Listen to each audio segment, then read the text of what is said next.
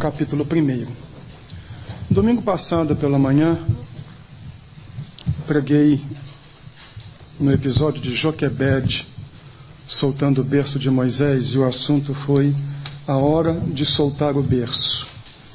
E hoje eu quero falar sobre provando que os pais podem soltar o berço. E o texto é Daniel. O texto é um pouco longo, todo o capítulo 1. Mas é preciso que todo o capítulo 1 seja lido para que se saiba qual é a base para o argumento desta manhã. Daniel 1. No 3º ano do reinado de Jeoaquim, rei de Judá, Nabucodonosor, rei da Babilônia, veio a Jerusalém e a sitiou.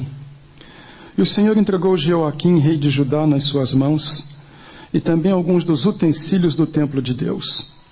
Ele levou os utensílios para o templo do seu Deus na terra de Sinear e os colocou na casa do tesouro do seu Deus. Depois o rei ordenou a Aspenaz, o chefe dos oficiais da sua corte, que trouxesse algum dos israelitas da família real e da nobreza, jovens sem defeito físico, de boa aparência, cultos, inteligentes, que dominassem os vários campos do conhecimento e fossem capacitados para servir no palácio do rei. Ele deveria ensinar-lhes a língua e a literatura dos babilônios. De sua própria mesa, o rei designou-lhes uma porção diária de comida e de vinho. Eles receberiam um treinamento durante 3 anos, e depois disso passariam a servir o rei. Entre esses 3 estavam alguns que vieram de Judá: Daniel, Ananias, Misael e Azarias. O chefe dos oficiais deu-lhes novos nomes. A Daniel deu o nome de Beltesazar, a Ananias, Sadraque, a Misael, Mesaque, e a Azarias, Abdenego. Daniel, contudo, decidiu não se tornar impuro com a comida e com o vinho do rei, e pediu ao chefe dos oficiais permissão para se abster deles. E Deus fez com que o homem fosse bondoso para com Daniel e tivesse simpatia por ele. Apesar disso, ele disse a Daniel: tenho medo do rei, o meu senhor, que determinou a comida e a bebida de vocês.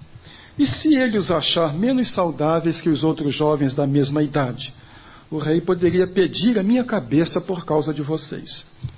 Daniel disse então ao homem que o chefe dos oficiais tinha encarregado de cuidar dele, de Ananias, Misael e Azarias: peço-lhe que faça uma experiência com os seus servos durante 10 dias. Não nos dê nada além de vegetais para comer e água para beber. Depois compare a nossa aparência com a dos jovens que comem a comida do rei e trate os seus servos de acordo com o que você concluir. Ele concordou e fez a experiência com eles durante 10 dias. Passados os 10 dias, eles pareciam mais saudáveis e mais fortes do que todos os jovens que comiam a comida da mesa do rei. Assim o encarregado tirou a comida especial e o vinho que havia sido designado, e em lugar disso lhes dava vegetais. A esses 4 jovens, Deus deu sabedoria e inteligência para conhecerem todos os aspectos da cultura e da ciência. E Daniel, além disso, sabia interpretar todo tipo de visões e sonhos. Ao final do tempo estabelecido pelo rei para que os jovens fossem trazidos à sua presença, o chefe dos oficiais os apresentou a Nabucodonosor. O rei conversou com eles e não encontrou ninguém comparável a Daniel, Ananias, Misael e Azarias, de modo que eles passaram a servir ao rei. O rei lhes fez perguntas sobre todos os assuntos que exigiam sabedoria e conhecimento e descobriu que eram 10 vezes mais sábios do que todos os magos e encantadores de todo o seu reino. Daniel permaneceu ali até o 1º ano do rei Ciro. Queiram sentar-se, por favor.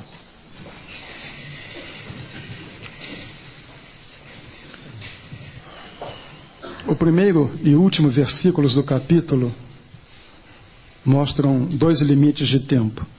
3º ano do reinado de Jeoaquim, ano 605 a.C. Daniel permaneceu ali até o 1º ano do rei Ciro, 68 anos depois. Este foi o período de vida e atividade de Daniel, 68 anos. Foi levado de casa com 12 anos, presumem os comentaristas, no máximo 14. Saiu de casa menino e nunca mais voltou. Nunca mais viu a sua terra. Nunca mais soube de seus parentes. Foi levado com alguns da sua idade. Outros 3 são mencionados, Ananias, Misael e Azarias, mas é ele o personagem principal.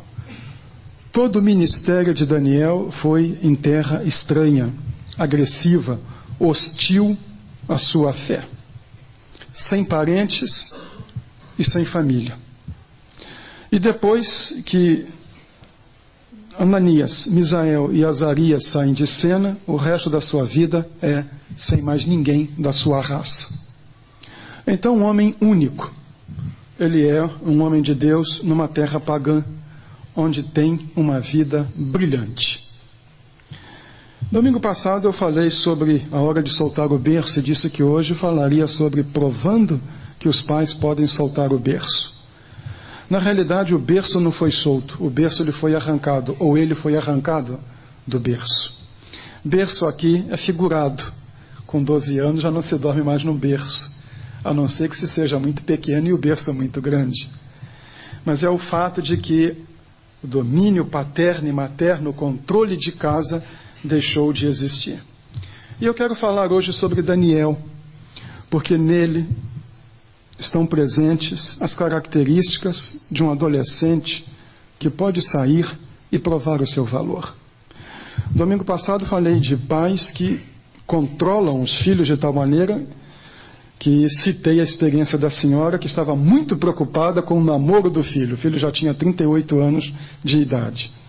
Se não tinha aprendido a viver com 38 anos, a vida ensinaria, não seria ela que ensinaria em casa. Mas Daniel provou o seu valor e não foi com queixas.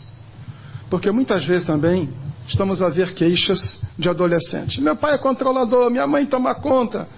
Quer viver a sua vida, ou seja, quer ser cuidado pelo pai, sustentado pelo pai, os caprichos materiais providos pelos pais, mas quer ser senhor da sua própria vida. Daniel provou que podia viver sem a tutela dos pais, com exemplo e com experiências, não com protesto, não com birra e nem com cara trombuda.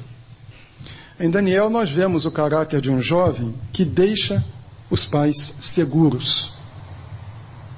Aos adolescentes que aqui estão, você se queixa dos seus pais? Mostre as marcas de Daniel, provando que os pais podem soltar o berço. Você que é pai, completando o nosso assunto de domingo passado, fica pensando qual é o grau de limite, até onde deixo, até onde não deixo? Veja se essas marcas estão nos seus filhos e ajude a desenvolver essas marcas no caráter de seu filho. Vamos analisar Daniel. Aqui está um menino, levado à violência para longe de casa. Aproximadamente 1.400 quilômetros. Outra cultura. E 1.400 quilômetros numa época em que as distâncias eram consideráveis. Era ir para não voltar mais. Mas em que é que Daniel provou sua maturidade e a sua capacidade de viver sem tutela paterna e materna? Primeiro, não se deixando seduzir por Babilônia. Este é o principal motivo. É uma mudança brusca. Ele está lá em Israel, com o povo de Deus. Ele vai para a Babilônia. A cidade é tão devassa e o império é tão cruel que no Apocalipse Babilônia se torna símbolo da organização humana confederada contra Deus, símbolo da revolta contra Deus. Ele vai para ser intoxicado por aquela cultura. Era este o sistema dos caldeus. Babilônia era a capital da Caldeia. Dominavam o lugar, levavam os adolescentes da nobreza, imprimiam suas marcas culturais neles e depois os devolviam para a sua terra, para que eles então fossem não mais daquela terra, mas caldeus. Pelo brilho que desenvolveu, Daniel acabou não voltando. E observamos isto logo no versículo 4. O que deveria acontecer com Daniel e seus companheiros? Deveria ensinar-lhes a língua e a literatura dos babilônios. Ele vai ser imerso na cultura babilônica. O seu nome é mudado. Deixa de ser Daniel, que significa Deus é meu juiz. E vai ser Beltesazar, príncipe de Bel, uma divindade pagã dos caldeus. Já se vê que mudança radical. De Deus é meu juiz para príncipe de Bel. É isso que tentam fazer com Daniel. Mergulhá-lo naquela cultura. Torná-lo um dos deles. Daniel nunca foi seduzido. Por toda a sua vida em Babilônia e na Pérsia, Daniel continuou sendo um hebreu. Serviu a 3 reis, viveu em 3 culturas diferentes, mas nenhuma dessas culturas foi capaz de abalar as suas convicções que assimilou em casa. Daniel deixa uma lição, logo de início. É possível ser fiel num ambiente pagão. E parece que isso às vezes não entra na mente do adolescente e do moço da igreja. Ele acha que tem que ser uma coisa na igreja, mas tem que ser outra coisa lá fora, para não ser zombado. Então ele vive numa situação dual. Aqui dentro ele é igual ao pessoal da igreja. Lá fora ele é igual ao pessoal do mundo. Estava vendo os boletins antigos e vi que no primeiro domingo de 2002 eu fiz uma pastoral sobre o crente chuchu. Que chuchu não tem gosto. Toma o gosto do lugar onde está. Chuchu com camarão. O chuchu passa a ter gosto de camarão. Então ele acaba sendo um chuchu. Aqui ele tem gosto de cristão. Lá fora ele tem gosto de mundano. Mas Daniel nunca se deixou enredar por aquele ambiente. Tanto que quando tentaram derrubá-lo, disseram assim: nós nunca vamos conseguir nada contra este homem, a não ser que descobramos um defeito lá na sua religião. Porque aqui não dá. Queiram me acompanhar, por favor, em Daniel, capítulo 6, versículos 4 e 5. Daniel sobe, faz carreira. Diante disso, os supervisores e os sátrapas procuraram motivos para acusar Daniel em sua administração governamental, mas nada conseguiram. Não puderam achar nele falta alguma, pois ele era fiel. Não era desonesto, nem negligente. Finalmente esses homens disseram: jamais encontraremos algum motivo para acusar esse Daniel, a menos que seja algo relacionado com a lei do Deus dele. Então armam um esquema para aniquilar Daniel.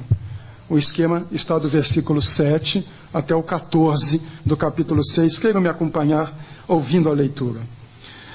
Todos os supervisores reais, os prefeitos, os sátrapas, os conselheiros e os governadores concordaram em que o rei deve emitir um decreto ordenando que todo aquele que orar a qualquer deus ou a qualquer homem nos próximos 30 dias, exceto a ti, ó rei, seja tirado na cova dos leões. Agora, ó rei, emite o decreto e assina-o para que não seja alterado conforme a lei dos medos e dos persas, que não pode ser revogada. E o rei Dario assinou o decreto. Quando Daniel soube que o decreto tinha sido publicado, foi para casa, para o seu quarto, no andar de cima, onde as janelas davam para Jerusalém, e ali fez o que costumava fazer. 3 vezes por dia ele se ajoelhava e orava, agradecendo o seu Deus. Então aqueles homens foram investigar e encontraram Daniel orando, pedindo ajuda a Deus. E logo foram falar com o rei acerca do decreto real. Tu não publicaste um decreto ordenando que nesses 30 dias todo aquele que fizer algum pedido a qualquer deus ou a qualquer homem, exceto a ti, ó rei, será lançado na cova dos leões? O rei respondeu: o decreto está em vigor conforme a lei dos medos e dos persas, que não pode ser revogada. Então disseram ao rei: Daniel, um dos exilados de Judá, não te dá ouvidos, ó rei, nem ao decreto que assinaste. Ele continua orando 3 vezes por dia. Quando o rei ouviu isso, ficou muito contrariado e decidiu salvar Daniel. Até o pôr do sol fez o possível para livrá-lo. Mas não deu certo. Mas os reis lhe disseram: lembra-te, ó rei, de que segundo a lei dos medos e dos persas, nenhum decreto ou edito do rei pode ser modificado. Então o rei deu ordens. E eles trouxeram Daniel e o jogaram na cova dos leões. E agora veja o que o rei diz. O rei, porém, disse a Daniel que o seu Deus, a quem você serve continuamente, o livre. E Deus agiu. Versículos 19 e 20. Logo ao alvorecer, o rei se levantou e correu para a cova dos leões. Quando ia se aproximando da cova, chamou Daniel com voz que revelava aflição. Vejam o testemunho de um pagão. Daniel, servo do Deus vivo, será que o seu Deus, a quem você serve continuamente, pôde livrá-lo dos leões? Daniel respondeu: ó rei, vive para sempre. O meu Deus enviou o seu anjo, que fechou a boca dos leões. E Deus agiu. Mas como é que Daniel conseguiu este caráter de não ser seduzido e de ousar pagar, inclusive, o preço da sua fidelidade a Deus? O segredo está em Daniel 1:8. Daniel, contudo, decidiu não se tornar impuro com a comida e o vinho do rei. Ele resolveu não se contaminar. Mas por que isso? Questão alimentar? Quer dizer que comer rúcula é melhor do que comer carne? Não. É que estas comidas que vinham para o palácio eram oferecidas nos cultos pagãos. A Bel, a Marduk, a Nebo. E depois que eram sacrificadas aos ídolos, eram trazidas para o palácio. E Daniel deixou bem firme: eu tenho um compromisso com Deus. Eu não vou me envolver com este mundo.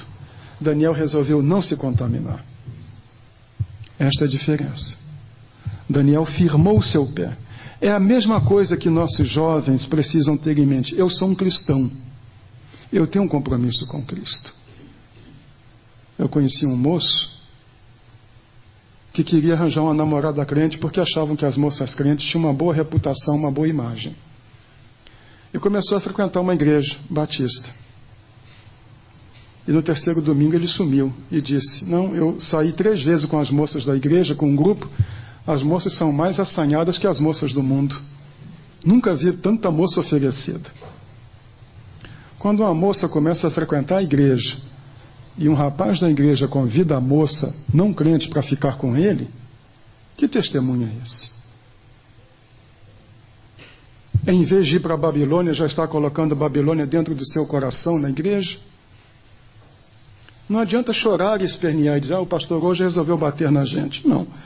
Os pais poderiam dizer que domingo passado eu resolvi bater neles. Vamos nos centrar na Bíblia. O modelo de caráter é esse: eu não vou me contaminar com o mundo. Na realidade, o que era Daniel? Ele era um caipira na capital do mundo, a grande e suntuosa Babilônia. Era de um lugarejo lá no fim do mundo que provavelmente os caldeus nem sabiam que existiam. Era caipira, mas era um caipira de caráter. Era quadrado, mas era um quadrado de caráter. Era um nerd, mas era um nerd de caráter. Não Maria vai com as outras. Esta é a primeira marca de Daniel. Um moço que não se deixa seduzir por Babilônia, que tem personalidade.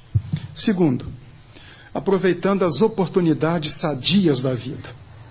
Porque oportunidades a vida tem muito, mas algumas são sadias e outras não. Ele vai para a Babilônia, senhora do mundo, o mais imponente império que já houve. Por 70 anos Babilônia regeu o mundo, mas era o centro do paganismo, da feitiçaria, do demonismo, lugar de perdição. Ou seja, um lugar horrível para um adolescente hebreu. E foi levado para estudar. Ele ia receber aquela cultura. Mas Daniel tinha outra fonte de instrução. Versículo 17 do capítulo 1. A esses 4 jovens, Deus deu sabedoria e inteligência para conhecerem todos os aspectos da cultura e da inteligência e da ciência. E Daniel, além disso, sabia interpretar todo tipo de visões e sonhos. E a partir do versículo 17 até o versículo 20, mais uma descrição sobre Daniel. Ele se destacou pelo que tinha de bom. Ele se destacou pelo caráter. Ele se destacou porque viu ali uma oportunidade. Primeiro, em vez de chorar as misérias da vida, em vez de mostrar quão injustiçado ele era, como o mundo todo estava contra ele, Daniel compreendeu que esta era a sua oportunidade de se firmar pelo seu valor. As pessoas podem galgar espaço subindo nos ombros dos outros, através de influência social. Mas esta projeção que a pessoa consegue porque prova que tem valor, esta ninguém pode pôr abaixo. Era a grande oportunidade de Daniel. Paremos um pouco aqui. Ele foi para fora, mas continuou com as marcas do que aprendeu em casa. Ele foi aprender de uma outra cultura, mas ele continuou aprendendo de Deus. E viu que as oportunidades que apareciam para ele eram oportunidades em que um servo de Deus deveria crescer. Várias vezes, membros de minha igreja, de igrejas que pastoreio, quando tem uma oportunidade de promoção, de estudo, de progresso, me perguntam o que fazer. E eu sempre digo isto: quando um filho de Deus não ocupa um posto alto, um filho das trevas ocupa. Então que um filho de Deus ocupe. Mas que ocupando o posto, mostre o seu caráter, porque senão é melhor deixar um filho das trevas. Porque um filho de Deus lá em cima com mau testemunho é terrível. Mas Daniel, aproveitando as oportunidades, me faz pensar nisto. Há pais que se sacrificam pelos filhos. Eu fui pastor de um homem em Bauru, Olímpio Camilo da Silva. Era um homem de pouca instrução. Não tinha terminado o curso primário. Ele tinha vindo do interior do Rio Grande do Norte. Foi trabalhar na construção da linha férrea da Noroeste, na estrada de ferro de Bauru até Santa Cruz de la Sierra. Carregava dormente nas costas, naquele tempo. Investiu nos filhos. 5 filhos. Os 5 filhos com curso superior. Todos os 5 filhos membros de igreja. Todos os 5 filhos profundamente respeitosos ao pai. Com muito mais instrução que o pai, mas profundamente respeitosos. 3 eram membros de igreja na capital. E pelo menos uma vez por mês iam visitar o pai. E me lembro do carinho e do respeito que tinham para com aqueles pais. Mas parece que hoje não se vê muito disso. Hoje nós vemos pais que se sacrificam pelos filhos. Eles querem dar aos filhos condições melhores que as que eles tiveram. As minhas condições foram melhores que as que meu pai teve. As que eu dei ao meu filho foram as melhores que meu pai me deu. E espero que meu filho dê melhores condições ao seu neto, ao meu neto, do que as que eu lhe dei. Mas esses pais que se sacrificam pelos filhos, nem sempre são respeitados pelos filhos, que começam a subir e os desdenham, e que não levam a sério. E um dos problemas dessa geração, que é o nosso ambiente, essa geração classe média, é não valorizar os esforços dos pais. Muitas vezes até se envergonham dos pais porque os pais são simples, porque os pais não têm instrução. E também os pais se matam para fazer os filhos subir, mas não reconhecem isso. Acham que os pais, como eu já disse em outra ocasião, têm todos os deveres do mundo, mas não têm nenhum direito sobre eles. E é pior ainda quando a família tem recursos. Aquele que nunca andou dependurado num trem da Central do Brasil, aquele trem que o humor carioca chama de cata-mendigo, que nem porta nem janela tem, que come de marmita quando tem marmita, e que saía de casa às 6 da manhã e voltava à meia-noite depois de trabalhar o dia inteiro e ir fazer um 2º grau. Então este aprendeu a valorizar. Mas aquele que é bem tratado, que vive bem, que papai dá carro e etc., nem sempre compreende isto. Mas é preciso que o adolescente, o moço, lembre de uma coisa: você não vai viver a vida toda à sombra dos seus pais. E eles podem faltar. Você precisa fazer o seu caminho, precisa traçar a sua rota, aproveitar as oportunidades, estudar, subir e progredir. Isso deveria estar na mente de um filho de Deus. Eu tenho que ser o melhor. Gente, eu não me conformo com mediocridade. Não me conformo. Eu fiquei em 40º lugar, mas tinha 2 atrás de mim. Não é isso. Eu fiquei em 2º lugar, ainda teve um camarada na minha frente. Essa é a melhor disposição. Porque alguém que seja filho de Deus deveria ter isso em mente. Meu lugar é lá no topo. Eu fui vocacionado para a grandeza, para ser o primeiro. E outra coisa, você não precisa ser um babilônio. Você pode estar na Babilônia, mas você é um filho de Deus. E deve agir como um filho de Deus. E deve viver como um filho de Deus. E deve esperar em Deus como um filho de Deus. Bem, mostrei 2 marcas. Não se deixando seduzir por Babilônia, provando que sabe aproveitar as oportunidades da vida, e terceiro, mantendo o caráter de filho de Deus. Versículo 17. A esses 4 jovens, Deus deu sabedoria e inteligência. Ok, guardemos isto. Ele estava em Babilônia, mas Deus continuou fazendo parte da sua vida. É o moço que entra numa universidade e aí acha que a igreja é uma cambada de pé rapado. Eu me lembro de um que sumiu da igreja, um garoto de 12 anos. E uma vez eu encontrei e perguntei a ele, ele disse, não, pastor, naquele tempo ainda tinha um ginásio, é que eu estou no ginásio. E os meus estudos agora me levaram a crer que Deus não existe. Eu falei, está com cheiro de fralda ainda, com 12 anos? Meus estudos me levaram à conclusão de que Deus não existe. A Bíblia fica de lado. Os valores de casa ficam de lado. Daniel continuou com Deus fazendo parte da sua vida. Daniel não cedeu à pressão. Há gente com maus hábitos. Estava hoje pela manhã lendo na internet uma pesquisa feita no Rio, aquilo que já se sabe do país inteiro, que os jovens na cidade do Rio de Janeiro estão se iniciando cada vez mais cedo em bebida. É a permissividade. Bebida, drogas, baladas, piadas indecorosas, pornografia. Mencionei aqui num domingo meu choque quando fui na 100% vídeo, pegar alguma coisa para assistir, espairecer a mente, e um pai com um filho pela mão deixa o filho, ainda bem que lá na 100% os filmes pornográficos são escondidos lá numa sala. E eu fiquei pensando, o que é que ele está ensinando para o filho? Ele vem enquanto o filho pega lá alguma coisa de Disney, ele vai pegar pornografia. Então, nesse tempo de permissividade, não é de se estranhar que esses valores acabem se diluindo. Mas há um traço na vida de Daniel que eu acho fantástico.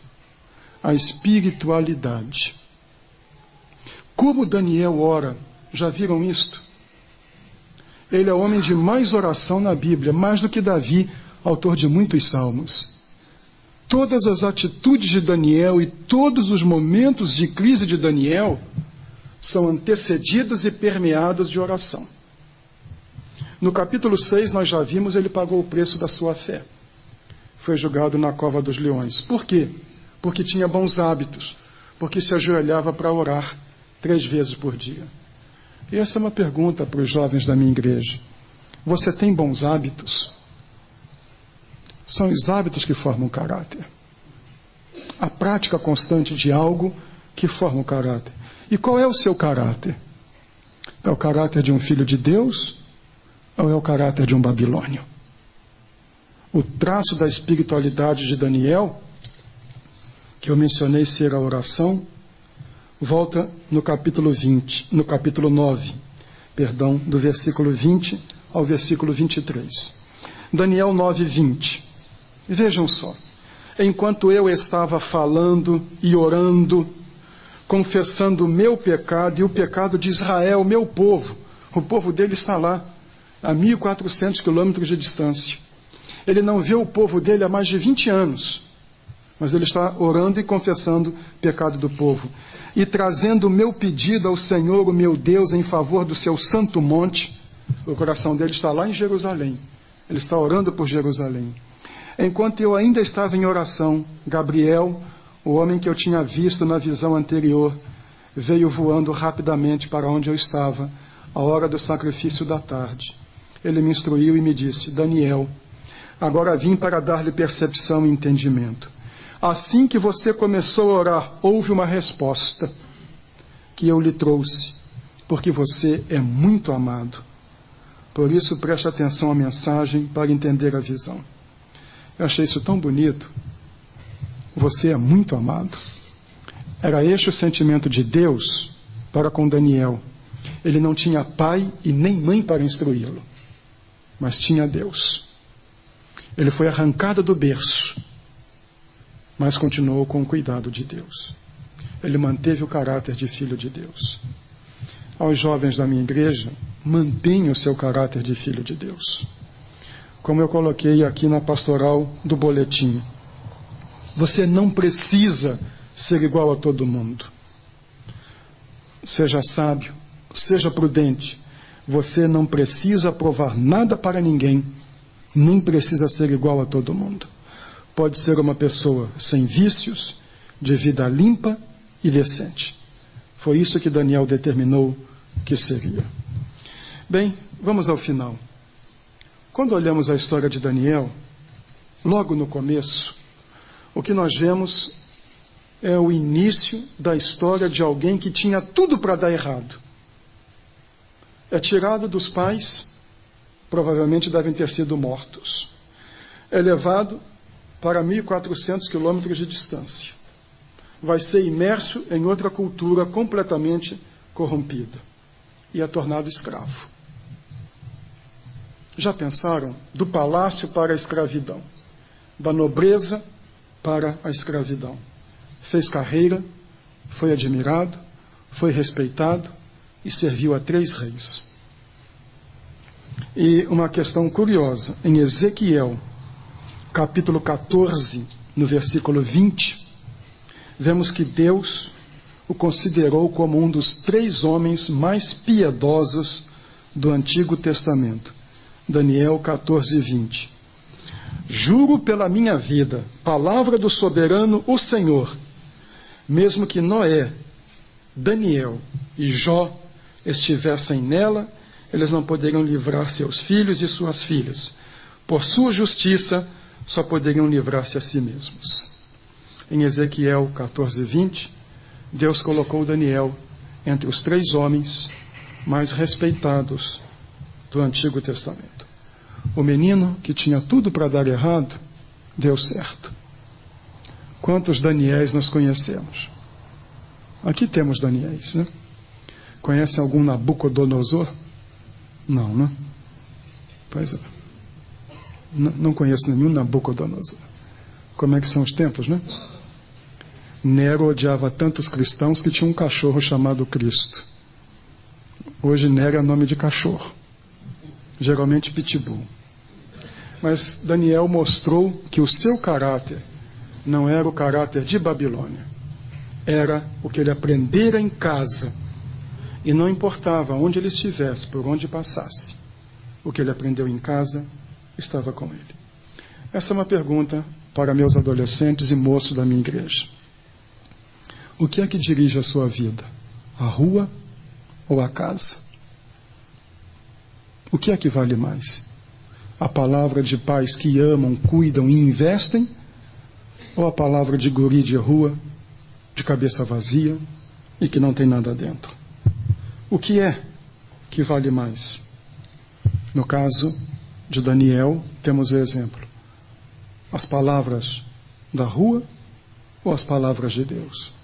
O que valorizar mais? Babilônia ou a casa de Deus? A recompensa de Daniel é bem mencionada no capítulo 12, no versículo 13. Assim termina o livro. Daniel 12, 13. Ele já havia recebido a visita de Gabriel, agora recebe a visita de Miguel. E termina o livro de Daniel com as palavras de Miguel, o arcanjo, sobre Daniel. Quanto a você, siga o seu caminho até o fim. Você descansará. E então, no final dos dias, você se levantará para receber a herança que lhe cabe. O cantor cristão tinha um hino, acho que era 465. Meu irmão intenta ser como Daniel. Mas Daniel é um modelo. E no fim da vida esta palavra: siga o seu caminho até o fim. Você descansará. Então, no final dos dias, você se levantará para receber a herança que lhe cabe. E a minha última palavra: não se iluda. Babilônia é rica, bonita, imponente, atraente, mas não tem nada para oferecer. Deus tem. E a fidelidade a Deus sempre é recompensada. Que sejam como Daniel. Vamos cantar o hino 569.